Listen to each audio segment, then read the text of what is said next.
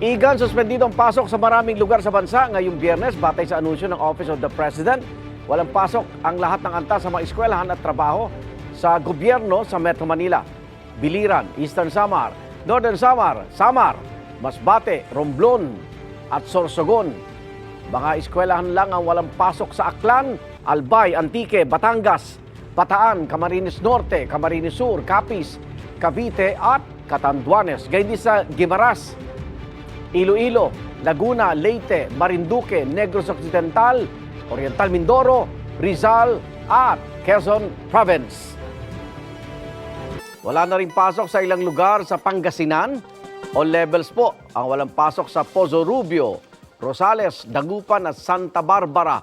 Wala rin pasok sa mga eskwelahan, pati trabaho sa gobyerno sa Calasiao, Pangasinan.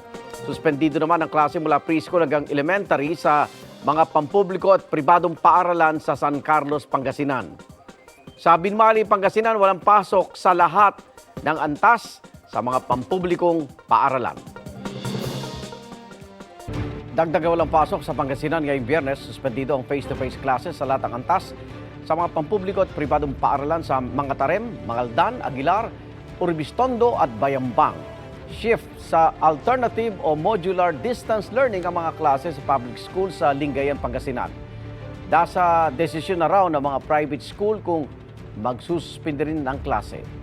Suspendido ang face-to-face classes mula daycare hanggang senior high school sa mga pampubliko at pribadong paaralan sa Basista, Pangasinan.